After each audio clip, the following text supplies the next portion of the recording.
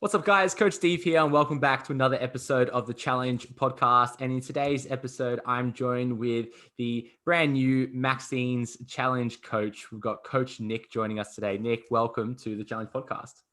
Hi, Coach Steve. How are you? I'm really well. How are you doing today? I'm very good, thank you. Very good.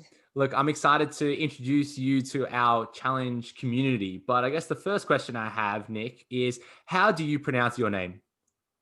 Oh, the whole lot of it. Yes, Nicoletta Cepellini. Yeah, if you Nicoletta want, Cepolini. if you want to do that, or you just go Nick Cep. Nick Chep. I feel like I just That's want easy. to. I want to use my Yeah, hand to say your name, or maybe I two know. hands. I Like, know. yeah, It's very important. Nicoletta Nicoletta. Cepellini. That's the way to do it. It's very, very long. Very long. So, Yeah. I'm gonna assume that you are Italian. Yes. Yes. So my dad is Italian. My husband is not. So his name is actually Smith. But so my kids are Smith, but I'm Cepellini. So yeah, Italian background. So very passionate, very passionate. So that's a lot of passion goes into everything that's Italian. So that's me. I love that. Yeah. Look, Nick, would you like to start us off by telling us a little bit about yourself? So maybe telling us, who is Nick, where are you from, and what do you do, those types of things. Okay, so I am from Melbourne. I uh, have really live and breathe fitness now. It's been my life for probably the last nearly 13 years. So my eldest daughter is 13 years old. Even prior to giving birth, I was a very active person. But during the birth process, I really got into Pilates, and then I realized that I was quite competitive because on that reformer bed, I had to be the best on the reformer, and even the best pregnant person, doing the most stuff. So it was like, oh, hang on a minute. I hadn't really looked into that at school, so I wasn't very sporty or anything. I sort of used my academic side and got lots of uni qualifications and stuff. And then after the girls were born, I sort of started going to the gym a little bit, doing group fitness classes, really getting involved in that, doing some spin classes, and then like producing some really good output in the spin. So the instructor was like, oh, you're good at this. I'm like, oh, I'm good at something in the gym. What? So then, because a lot of people don't really want to teach cycle because it's really hard on your body. So I just decided to teach every class that I could, day, night, in between the kids being little, and then suddenly it became a thing. So I became good at teaching cycle. It became my absolute job all the time. So I was just back to back, even up to about 20 classes a week. I don't know how I did that, but really got out there, met the whole of Melbourne, made it my mission to just be the best that I could be. And in the meantime, decided to, get all my qualifications in fitness, personal training as well, and just start a whole like new career for myself. Yeah. So and in the meantime, I was also doing the triathlons, and decided to do the big Ironman when it was the last time it was in Melbourne. So that was really cool. It consisted of like a run to St Kilda from Frankston. So if anyone's familiar with that area, it's a long way to run. It's a marathon at the end of everything else. So that was a challenge that I was able to complete, which is always one of I think I look back and think that was something that really transformed me as well. Because if I ever talk to people about resilience, it's something that I can draw on and go, how did I get through that particular thing? And how does that now drive me as a person? So, yeah. Yeah, wow, you kind of dumped a lot about you in I one know. spiel. Let's break it Let's down a little bit. unpack. Yeah, let's unpack. Let's unpack. So you, I guess, were first introduced to fitness through Pilates, right? Yeah, very initially. So that's like you teach, you're a Pilates person, so you'll know the benefits of Pilates, and it's quite addictive. It's really just that movement, and it's actually harder than you think, which is fantastic. Like it's quite challenging. Yeah. Yeah. So you didn't really come from a sporty or fitness background until you were pregnant and Um, started doing well, Pilates? Yeah, no, not really, because my big driver was, for me, what I wanted to do was be able to really be like, have a really active birth for Mhm. both my children. So I knew that to do that for me, I had to put in a lot of work to get my body ready. So I Mhm. did a lot of workshopping and a lot of way, a lot of connection with my body, with movement, with endurance type stuff that it takes for that type of a birth. And I was fortunate enough to be able to do that twice. And then initially I thought, okay, what do I want to do? I want to help women give birth, but that was a little bit much for me when I got into that area. And that's how I then sort of moved on to getting into fitness, because fitness was something really not as risky and a bit more positive, and like, you can immediately impact people. So I think that's why fitness resonated with me. And also because my family, my dad and brother are paramedics and things, it was always, they were the body people, and my mum and I were sort of the brainy ones, the academic ones. So I didn't really get a chance when I was younger to pursue too many like sporty things. It was more about just getting all the info in my brain. Yeah. Well, Yeah. tell me a little bit about what you did, I guess, before. So you keep kind of referring to university and academics Yeah. and stuff. Like, what kind of background are we talking about here? So creative writing was initially where I kind of found myself going to, and then I ended up doing visual culture and communications, and I did my honors thesis on gender in Australia and identity in Australian film, and what that meant. And then I sort of led on to doing creative writing, and yeah, ended up kind of, I guess that's why I love to write things on social media, and that's how I see, that's what the purpose of that was, to kind of um, to learn in a formal sense how to structure something, and also just grammar and stuff, which is really, it's actually really helpful in the real world to be able to structure something nicely. So I find that works now for my business and for other things that I do. So I can put together something quite quickly. So now I look back and think that's why I did that.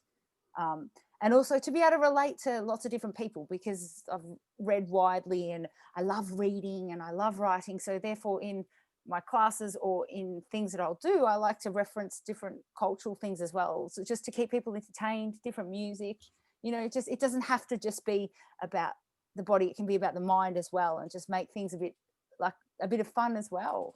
It doesn't just have to be one facet. And I think Yeah. that's what keeps people interested. I actually really like, I think that's really cool because, when we consider fitness and health, most people often, have a certain image that they think of, like, the meathead in the gym, or the Yeah. cardio bunny on the exercise, or like Yeah. their certain image of what it is. And when we Mm. think of the fitness coach, we're often like, tunnel, put in a pigeon box, maybe like tunnel vision of, this is what this person does. But Yeah, I think we often miss like all the skills before we became that, and how definitely. that kind of shaped who we are now. Mm, And I'm really interested in all these previous studies you did, such as mm, writing and gender studies and maybe cultural mm, studies and visual communication and all these mm. things. I wonder what all these little skills you picked up over time, and how unconsciously apply that now. Like, have you thought Yeah. about some of these things that you might have picked up? And you kind of said it already, where maybe different cultural aspects and interacting with Mm, people. Have you thought mm, about how, like, all these little skills you picked up through your academic career have unconsciously translated to your ability to motivate people, your ability to create connections in class, and I guess around that personal yeah, touch with people? Like, can you speak a little bit about that, about some things that you might have sure. learned and picked up? Yeah, definitely. Look, I think that every single thing that I've ever done has led me to every moment of every class or every interaction with every client, because it's sort of this this build up of history, that if I didn't have that, just say I started when I was straight out of school doing fitness, which is great as well, but I would not have this sort of foundation that makes me who I am. So it just means that I'm able to just go a little bit broader and kind of, you know, I guess when I'm interacting with someone for the first time, or with a class, or with people that I've known for a long time, I can kind of pinpoint where they might be coming from, what kind of a learner they might be, what kind of cues they might need, how they might need to feel to be motivated, because not everybody's the same. Not everybody wants to be screamed at, and not everybody wants the gentle approach either. But there has to be some sort of a middle ground, but there also has to be layers upon that. So the only way that I know that I've learned how to do all of this is from the background that I have. And also one good thing that came out of all this university stuff is being able to research really quickly. So like if you said to me, I need you to look up this is happening now, I could pretty quickly find, you know, an article on it and who wrote it and whether it's a decent source and that kind of thing. So like for evidence-based stuff, that's really helpful, I find. Just that quick research ability, which I'm hoping that the next generations to come, I'm trying to teach my kids as well, just to be able to read and research and be able to pick up things quickly and look for things and look a bit deeper. And that translates so well to fitness as well, because one size does not fit all. And you know, anyone that sort of like, just like academics, you know, you have to come at it with different approaches. You might have a belief, but you certainly need to figure out how everything fits into that. Yeah, I think I hadn't really thought about it, but now that I have, that's the answer. Yeah. I think I often reflect from my previous experiences and, you know, other avenues outside of fitness and how they kind of direct me when I'm creating programs, coaching people, thinking about the body, coaching myself, these types of things. And often we don't think about it, but we are a combination of all of our previous experiences. And that could be, you know, all the friends you've made in the past, maybe your personal experiences with weight loss, family, with competitions, with sport, and they kind of interplay with our ability to coach. Because at the end of the day, you know, we're coaching people, and sure, it helps that you and I are more trained in things and we understand the human body and we understand program design and nutrition and all these things. That's just, you know, they're easy things. They're things we can learn. And especially what you said, we're in the information age. If anything, we're closer to the disinformation age, because there's so much information at our fingertips. We kind of need that skill to be able to critically analyze stuff and maybe put our own biases aside or our own opinions aside and go, okay, well, what's the research saying? What's the evidence saying? Balance that out with what our anecdotal experience works, and then, you know, expectations, all these other things in between. But you really nailed it there. But look, talking about experiences, you know, you've kind of mentioned children. What was it like as you kind of transitioned both into fitness and then into motherhood? Like, that would have been a very big change in your identity. Like, what was that like, you know, going and doing more group fitness classes as well as having newborns? Can you speak a little bit about that? Well, at the time, gyms were still having creches. Like a lot of that's been cut out now with the new sort of gym models where the 24/7 get people in, get out. But there's still quite a few gyms that have got creches, which is wonderful. But I was lucky. I had a gym just around the corner from me that had wonderful creche. The girls were able to go in there together, because some creches used to separate the kids, and that was I didn't feel right doing that. So I had that lined up for me. I had the right kind of support, which you need to whenever you're embarking on anything. How are you going to get anywhere unless you've got a bit of a support network? It doesn't even have to be necessarily the close family, because say my husband was at work, so he had to work. You know, I had my mum, she was great, she is great, and my dad, but they live suburbs away. So to be able to have that creche, that was really good. And also to be able to say to myself, it's okay that it's an hour and a bit. They're with me the rest of the time. I need this so then I can be happy and be a good mum. So I kind of cottoned onto that pretty quickly. I cottoned onto the physical exercise thing. For me is something that makes me feel better, and that's why I still do my spin at 5:45 with the people in my shed now. You know, that kind of a thing, and those classes, because without it, even though we're meant to rest and everything, but I just know mentally the endorphins and other things help me. So that was a good way to transition into being a mum, because at first I just went, because I'd done all the birth stuff and I thought like, oh yeah, I've good for me, yeah, you know. But then when they're out, it's like, oh, what happens now? So I did go through just loss of identity because I'd been working. I'd also worked in advertising, because when you do writing, you pretty much end up working in advertising. So it was quite fast paced. I would go at the time to Sydney a lot. I would have a company credit card.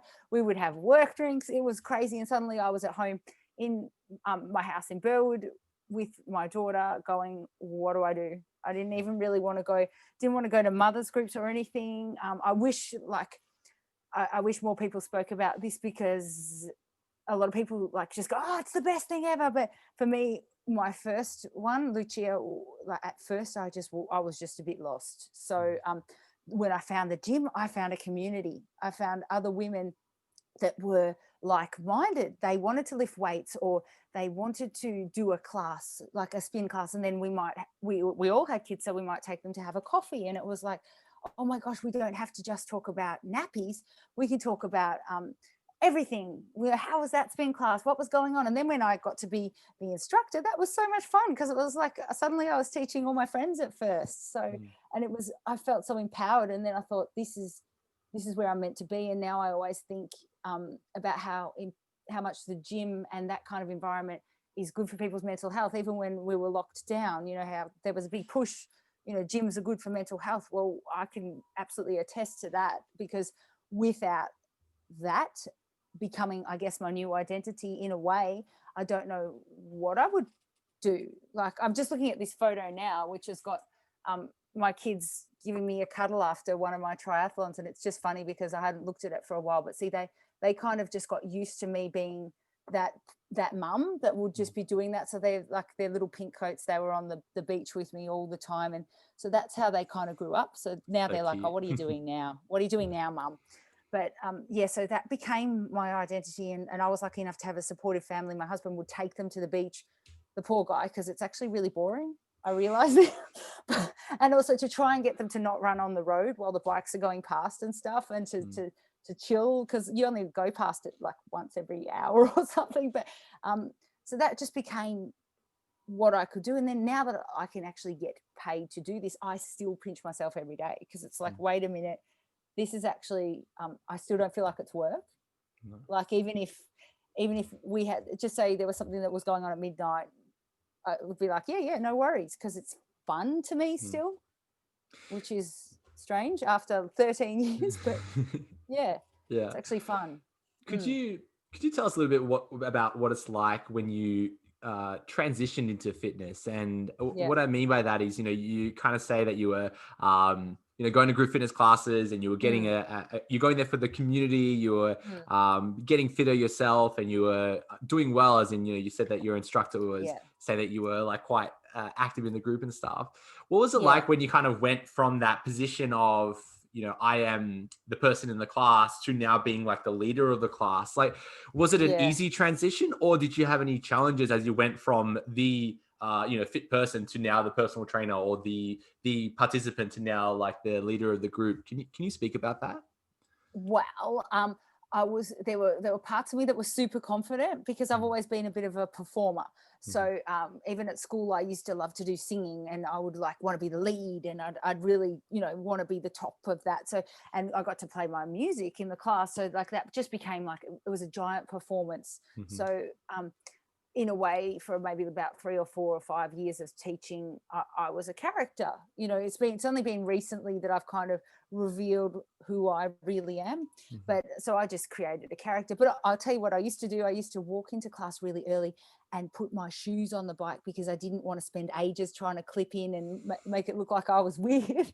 So I'd do all sorts of stuff like that. And I'd have like OCD about setting up the mic and the stereo and other stuff. But other than that, look, everybody around me was really supportive. So they all they liked the classes. So they kind of became very addicted to it. So I was kind of lucky in that way, that I started off like that. But then I set myself challenges, and I still do. It's like, I need to be able to go out there to a full room of people I don't know and still check if I've got it, like if I can do it still. So I'm constantly doing that.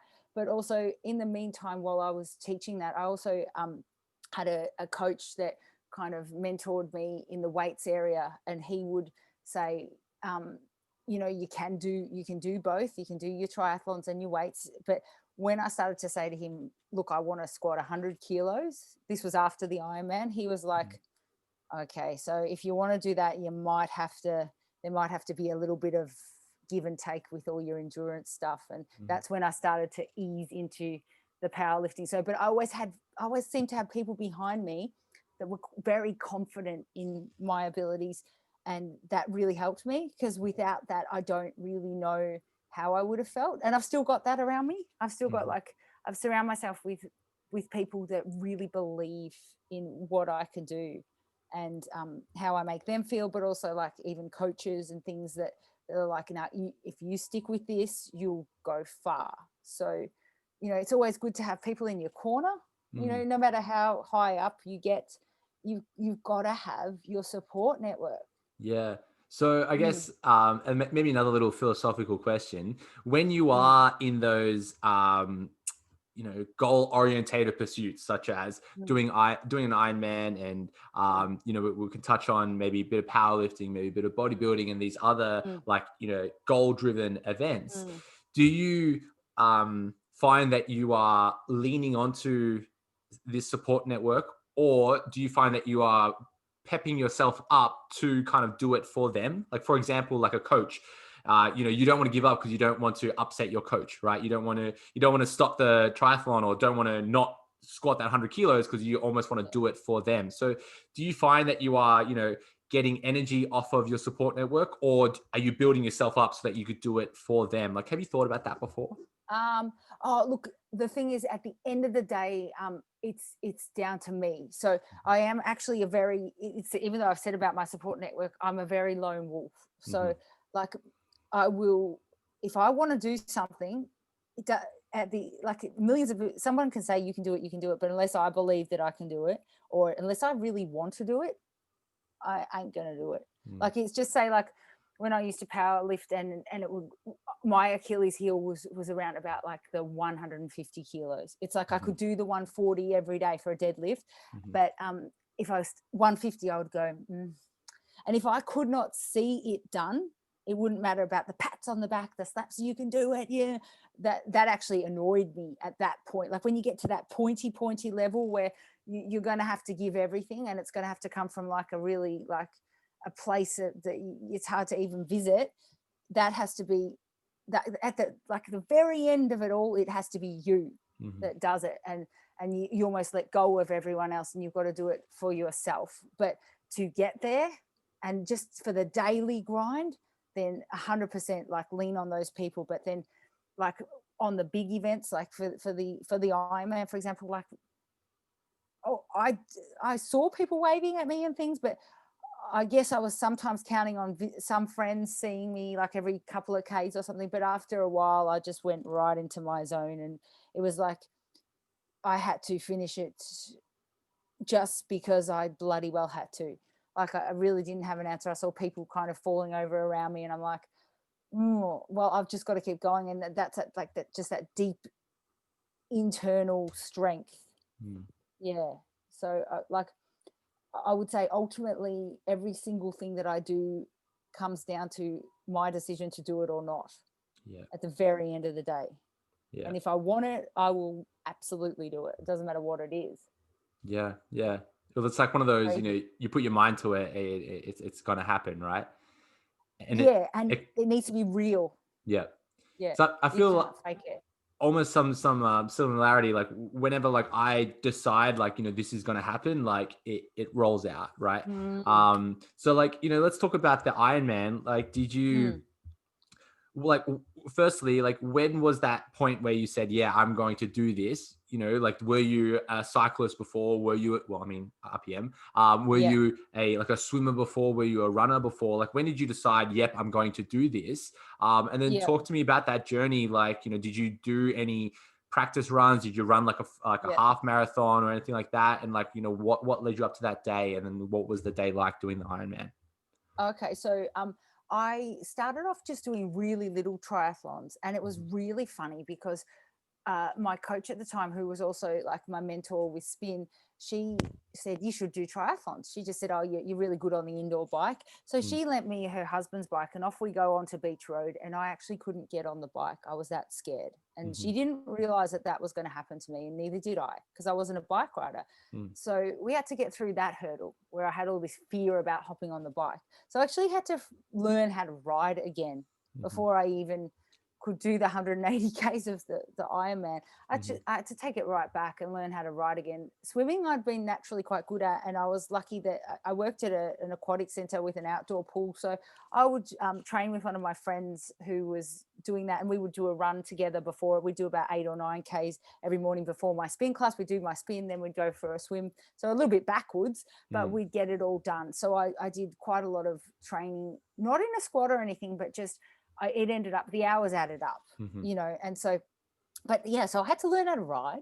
And I did quite a few of the littler triathlons, and the reason that I ended up doing the big one was because I won a couple of the little ones. So I thought, oh, I'm pretty shit hot at this. I thought I'm very good at triathlons, obviously, not knowing that the bigger distances are like they'll eat you alive. But so I did a half Ironman, and actually that was a challenge. That's the same kind of thing. It just doesn't have the same brand, but that was also in Melbourne. I felt really good on that. So that was a half marathon. That was half the distance of everything, and 90K bike, 1.8K swim. And the beach was like massive, and it was dark at the time, and it was just crazy. There's a video of it. Yeah, insane. And so I did that. I did a half marathon with my mum as well prior, as a training thing, because mum comes to all my spins, so she's really active and has always been a runner. So we did that together. So there were a few different like markers leading up to that big day.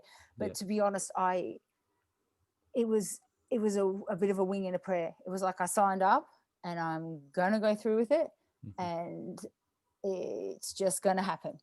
And that is what happened.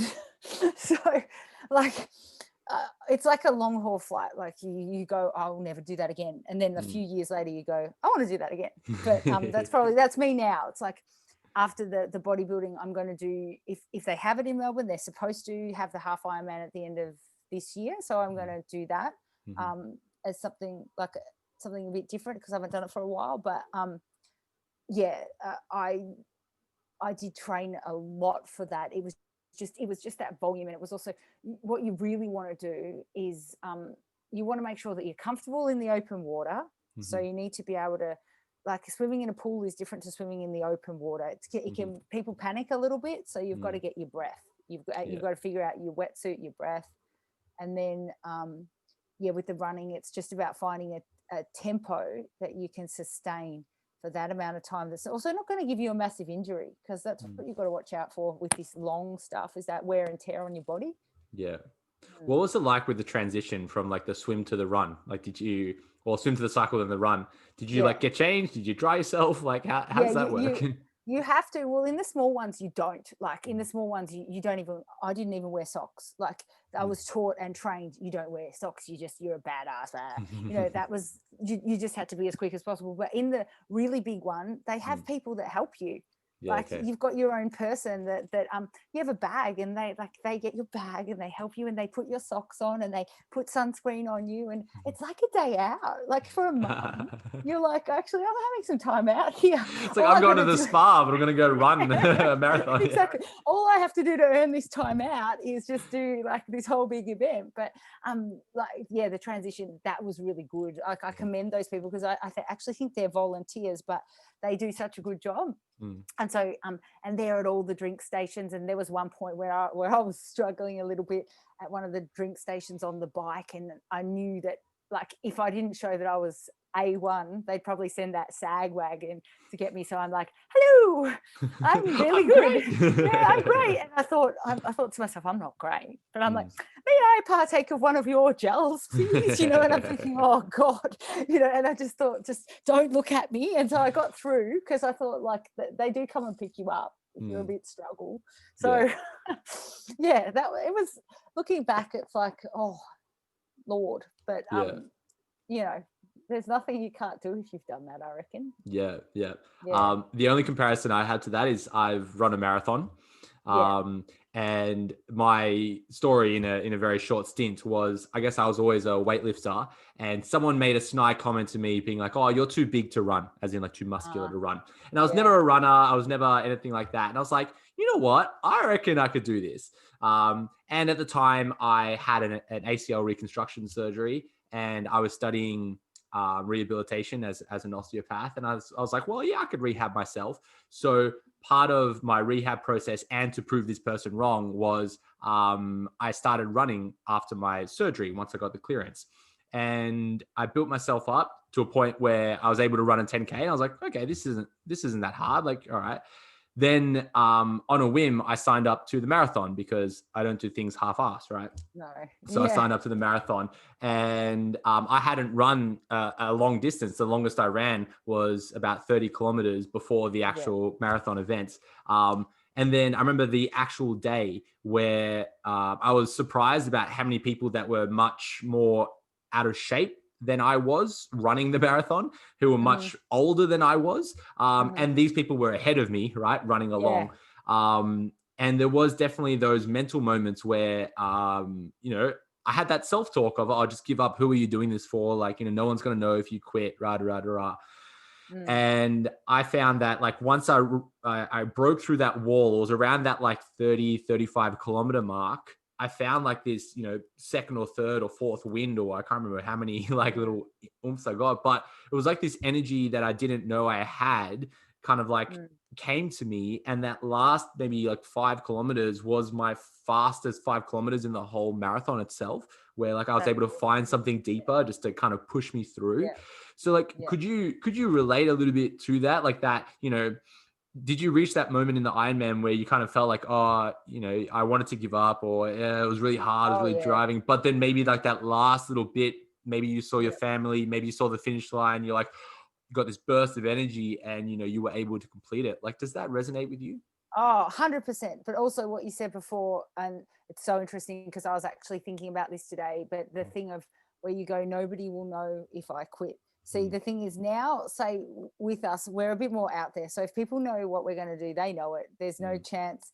So there's no more, there's never a safety net anymore for the no. nobody will know unless you just keep everything in your head 24/7, but you can't Mm, anymore. So that's so interesting because there's no more safety barrier. It's like you're so vulnerable, but that's mm, that's actually where you find out what you're really made of. mm. But And then almost drives you now because you're like, well, I can't yeah, give up, right? yeah, Yeah. that's right. And that's on those deep moments where you go, well, I might give up, but then now there's no choice. So Mm, and everybody does that. That's the thing. Everybody has a moment where they think that it doesn't matter who you are, it doesn't matter how successful you are or anything like that.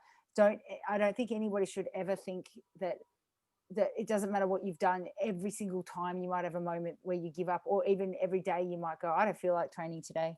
mm, And in a way, that's every time you do that sort of a thing and you don't do it, you are giving up a little bit. So yeah. um yeah, I think that happens to everyone. But yeah, the moment of truth for me with all those things, I always have something where there's always a bit of a dip. And like especially if there are 3 laps of something, Mm, um the second lap is just hideous. It's always the worst. It's like you got to go. You know that it's not coming. You know that there's another lap left, but like, and then the third lap of something or the last little bit of something, you can find that energy again, and yeah. that's actually a lot like childbirth because Yeah. what it's like it's the minute where you think that you can't do it anymore, and it's very well documented where you go where people go, oh, I can't do this anymore. That's actually where people are you're about to push, and it's time.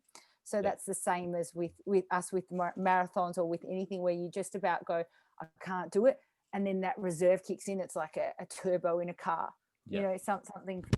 If you can break through that little bit, and I've gone through it with mum, she won't mind me telling, but yeah, when she was doing her half marathon and it was about the 14K mark, Mm, and even though we'd done it, I'd actually done a good job with this one. I'd practiced, we'd done, but she said to me all of a sudden out of the blue, I don't think I can keep doing this. And I'm like, what? And mm, that mum never says that about anything. So I had to help figure out how to mentally get her through, to the bit where she got to go to the MCG, and that like that was a great bit, and it's great that we got through. But everyone goes through it, and it's like, are you going to break through? or are you going to stand on the side of the road at one of those things and watch everyone else run by? How does it end?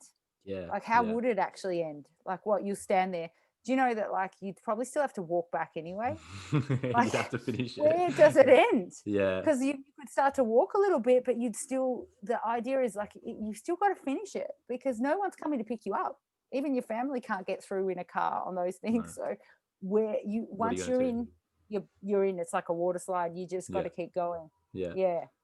Well, it's very much like, I was just thinking while you're talking, of David Goggins, where he says that when your mind wants to give up, you're only 40% done. There's always that reserve. So when you do want to throw in the towel, when you do want to stop doing something, like there is so much more. And, making that analogy back to the challenge, right? There's so many times where people want to throw in the towel, and there's that dip, we see it all the time. Maybe that week 6, week 8 mark, we're 2/3 of the way through the challenge. We're on, rep 2 of rep 3, or we're on lap 2 of lap 3, right? That's when people want to throw in the towel. Right. Mentally we want to give up, but there's so much more. And, making more analogies about what you said, like, now we're a little bit more public than what we were, where in the past we were quite private. And in the challenge, we have those two options. You can sign up to the challenge privately and not post any photos, or you could sign up to the challenge very publicly. You could make social media accounts. You could post on our Facebook group. You could tell the world that you're doing this challenge, that you're going to lose weight.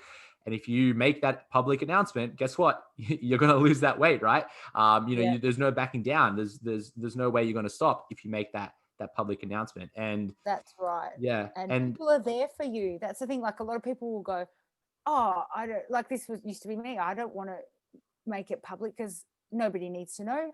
Who would want to know about me? But it's like, if you don't know how many people you're actually helping, and within your own network, you don't know how many people you might be inspiring to go, I saw you do that. I decided to go for a walk today. And that, like, sometimes people will tell me that, and it's like, I did not even know that was something. So it's like, it's almost like, once you start to do this, and you see it in the challenge, in the Facebook group, the people that have done it before, and now with the mentors as well, it's like, you take it on to help other people. It's paying it forward. That's my favorite bit about fitness, I think. And people that have done the lap 2 and then gone into the lap 3 and like smashed it, they're the ones that go, look, that's the bit. This is that bit that we've got to help you through with. This is where you have that extra drink, your extra drink of water, and you take a deep breath and you look around and you see who's helping you and you push forward. Yeah. I love that. Well, let's talk about, from that Ironman that you did, you kind of slowly transitioned into powerlifting, right? Can you think of maybe any lessons you learned while you were doing endurance events, like maybe those mental lessons? And then did you find that you applied them to powerlifting, like maybe that idea of lap 2 of lap 3, and then maybe, rep 2 of rep 3, or maybe that fear aspect, like, swimming in open water or hopping on the bike can be fearful, same as when you're staring at like your PB on the platform, like that 150 sharp end that you're talking about with the deadlift. Exactly. Like, did you learn any things from endurance events and then applied it to another fitness thing such as powerlifting? Like, can you speak a bit about that? Yeah, for sure. Well, I was lucky because everybody thought, at the particular gym that I was training at the time, they're like, you've done an Ironman, you're a badass. So then they would go, oh my God, you can lift that much weight, you're a badass. So I just started to believe I was a badass. It's like, well, yeah. And then also, what was really good, like in an actual practical thing, was all of the endurance that I'd done had actually banked up to be a really good threshold to then be able to lift weights and recover quite quickly. So I found that, and I still find that that's what I take from all the cardio that I do. I manage it by, managing my nutrition, making sure that I'm taking in enough. But I find that recovery is good because I'm actually like a fit person. So that I took that with me to powerlifting. But also the thing is, I also took I'm 10 times more scared of getting on a bike. I'm happier to get on it if the roads are closed and, no one's watching me. And like, but I don't love it. Like, if people from my spin class want to go for a group ride, it'll take me a bit to psych myself up to do it. I like it when I'm doing it, but it's not my absolute favorite. So I would put 120 kilos on my back or something like that, and make me do it I prefer to do that without catches. Mm-hmm. And I don't recommend that, but no, I do not recommend it. But I'm just saying, like, if you know how to get rid of the butt, I prefer to do that than ride a big distance, because like weights, I can understand. I can kind of understand. They make you, they break you. It's kind of, it's, for me, it's a lot of fun and it's very thrilling, Mm-hmm. and it's something I really understand. So I still, even though I've done endurance, I still sometimes don't understand it. I'm going, like, I still go, why do we want to do that? Like, it's really hard and it takes ages. And why shouldn't I just go into the gym for 1 or 2 hours and just do those other fun things, and they're so cool and so rewarding, and I love all the people around me. And so I still question. But so into powerlifting was a great time. It was a great time because I got to find out also about food, and about how good it can be for you, and how you've got to eat to fuel your body. And that was probably that was the first time as a woman that I kind of went, oh my gosh, this is, I'm starving, and I'm going to honor that, because I've lifted these weights and I want to grow, and I want to be huge and muscular. That's what I wanted. Yeah. So Yeah. that was time of my life, and I'm so glad I had that time, because it grew me, like obviously mentally, but also physically, into something that then could transition into bodybuilding quite comfortably, and like holding a very decent amount of muscle, that sort of thing, that maybe wasn't sculpted in the correct way, but it was all there, Yeah. And so that's I would never trade that. And if, just say, someone said to me, you could go back to one point in your life of your training, I'd probably go back to that, in terms of just the way it made me feel, how empowering it was to walk up to that deadlift bar and be able to lift it, and put that chalk on, and even get the cuts in your hands and other things. I never wore belts, never wore anything. I loved the feeling of everything. So that's my jam, I would Yeah. say. I Yeah. might die doing that.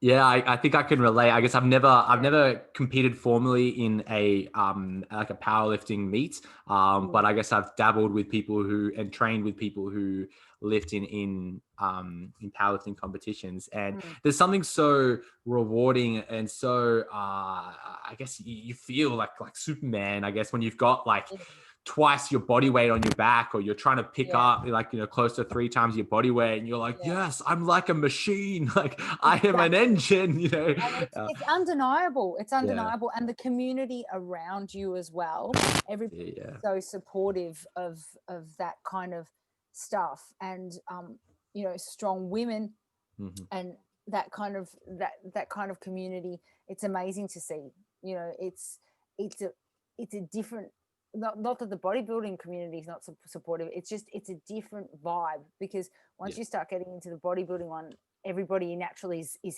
highly competitive in that one. So they're going to be supportive, but they're also going to be in their own zone, going, I'm going to be the best, whereas with powerlifting, it's like, what are you up to, do you want to lift stuff? I love that. So that's just great. Like I love that. And I loved training at the gym that I was at the time, where like there was a leaderboard, so it was fun to try and get on that leaderboard and that sort of stuff. Like that's very motivating weights wise, because it's like, if you can lift really heavy weights, nobody can, you just feel untouchable, so that's really good. And also heavy, that's the thing, it doesn't have to necessarily be those massive numbers, it can be whatever pushes you. That's the thing, it doesn't have to be, it's like even on the bike, I deal with watts, power to weight with watts, data, you would love it actually with the data, it's very data-y. So and there's a place for everyone in that spectrum, and that's what I love as well about the gym and about that environment. It doesn't matter who you are, it doesn't matter where you've come from, there's a place for you there, and there's really no judgment, which is so refreshing. Yeah, I think there's often a fear or maybe a barrier where people feel like they are going to get judged when they go to a gym. Mm, mm, But like you said, everyone, there's a place for you everywhere, and you'll find that in the most competitive environments, they are also the most supportive environments, and the most like biggest communities, right? And definitely. you would have seen it in powerlifting, you would have seen it in the Ironman, and you would have seen it when you were competing as well. Like when Mm, you reach that competition level, like some people think it's very isolating. Same as the mm, gym, some people think it's very isolating, but it is just this big community of people that are mm. ultimately supportive, right? And Yeah. let's say in a powerlifting meet, um, sure, there's going to be a winner. There's one person that lifts the most, but everybody is celebrated because you are reaching your potential at that time. So it doesn't matter if you're Oh, lifting 50 kilos, yeah. 100 kilos, 300 kilos. Like no one really cares the number. It's all about the effort that is rewarded. It's like you tried pushing to your potential on that day in that moment in time, and that is what is to That's be right. celebrated, Yeah. right? Mostly, honestly, you hear the absolute screams and cheers for the Mm, people that are brand new to it and are lifting, their absolute max. That it doesn't really matter if it's a super lightweight. You see it, and you see everybody going around and screaming and yeah, filming it, and yeah. it's a wonderful thing. Mm, Like where else do you get this kind of like positive affirmation, like positive like reinforcement, I guess. Other than at the gym, and also like in the environment that we work in, we're lucky because like every day I get someone going, oh my god, you're amazing, oh my god. I'm sure that a lot of people at work don't get that. They don't get that feedback every day. That I'm very fortunate to have that. And so for me, the gym environment, if you ever think that it doesn't feel right, like the good thing about gyms is that there's millions of them. So mm, wait until you find one that feels right for you. And it doesn't mean you have to chat to everyone. That's like if you're someone who is quiet and introverted and stuff, that's okay as well. You just got to pick one where you feel fits you, and then you'll start to feel all the things that I'm trying to explain. yeah, That yeah, sense of community, that sense of home. It's just yeah. that sometimes you can have the wrong gym.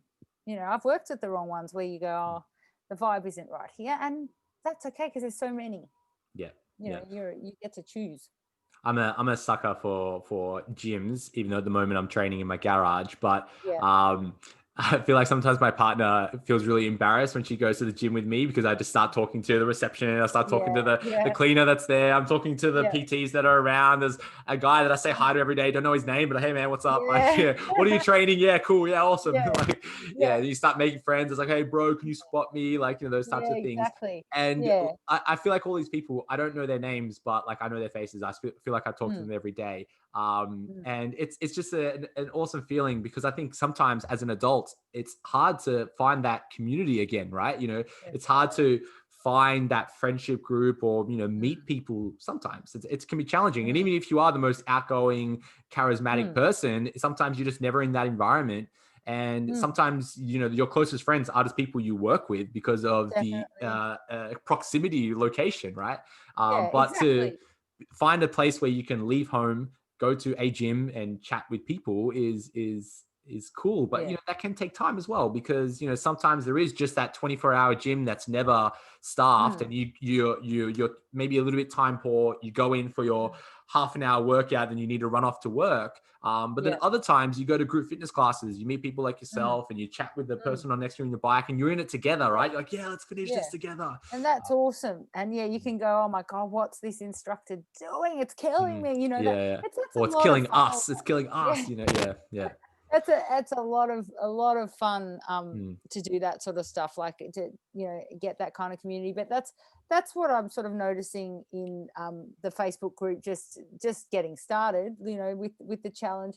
You can see that it's such a community. If mm, someone puts a question up, there's really 10 people straight away answering that question. So it's such a positive environment to even to begin your journey for the first time, that it's sort of replicating what I had, but like in a virtual form, which is where we mm, live these days anyway. So basically. it's so nice. It's really nice to have that, and it feels like very welcoming, and that's a good thing because Yeah. you know, it's nice to have a little safe hub where you can go and look, even when I was just introducing myself, I was like, oh gosh, it felt like going to a new gym or a new party or something and going, oh well, you know, here I am. But everyone was just so welcoming. So you've just got to take that first step. So even me, I was like, oh, do I post this? I look a bit sweaty. I've just done my spin class. It's like, no, just get out there, just put it out there. So that's I think what you've got to do, that first step. And then it's like creating content. It's like doing a marathon. It's one step after another, and suddenly it all builds.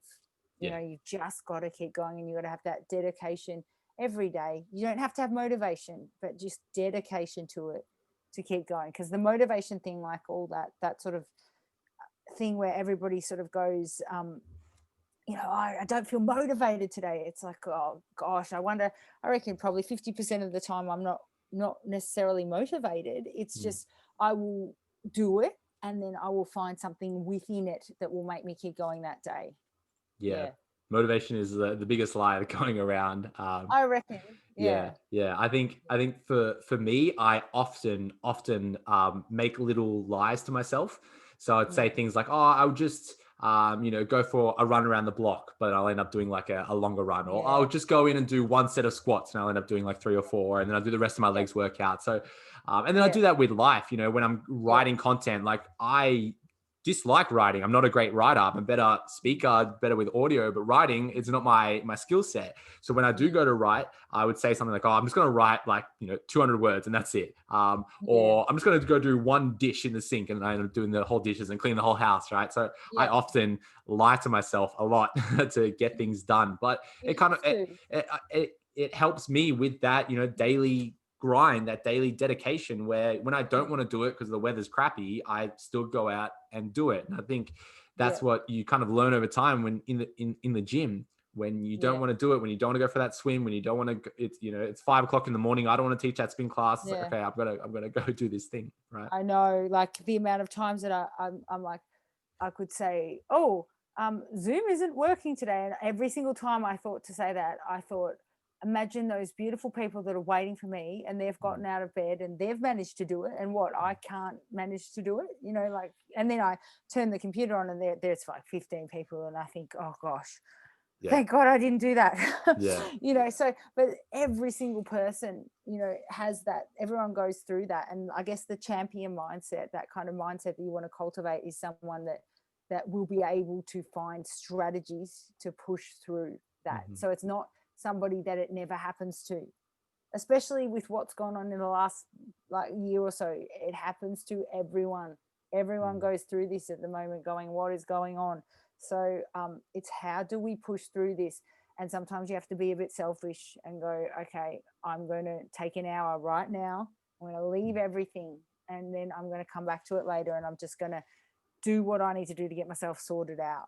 So it's like when I used to write essays all the time, I never wanted to do it. So I would always do my research first and write all the footnotes out and have it all there, and then probably sit that there for like a week, and then I'd fill in everything around it. But it was like, I've done the footnotes, I've done the research, I've done that. So that's exactly the same way as I approach everything else. It's like little bits at a time.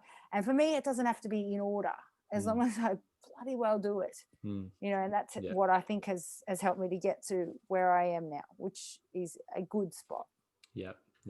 Well, like, you know, if you consider every aspect of fitness, right, it's all about the combination of little bits and pieces, right?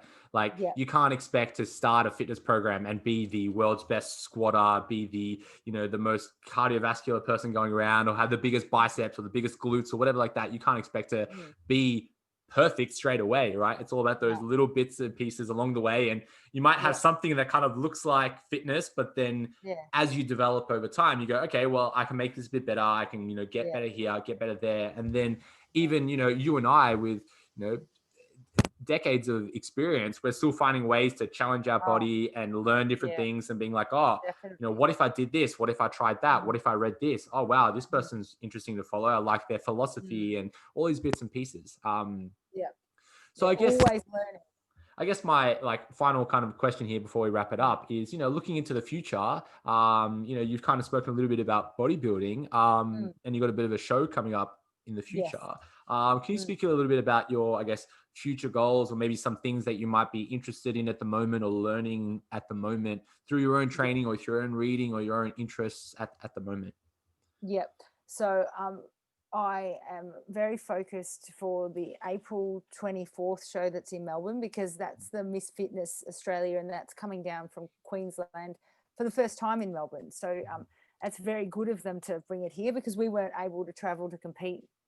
And it was sad to see the show go on without the Victorians. So I'm definitely doing that show, and I'll do the AMB and the IMBA as well. And so that's in May. So that's kind of like I said before, it sort of coincides, the April one coincides with almost the end of the challenge. So that's going to be a bit of fun to use to kind of all motivate each other in a way. So yeah, my goals are to do really well in those shows.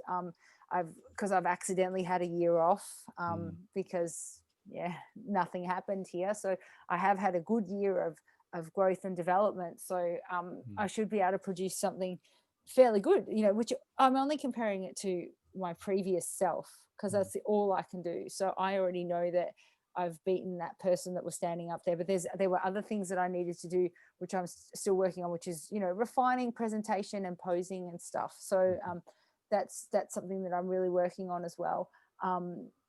Business wise, I'm heading in the right direction.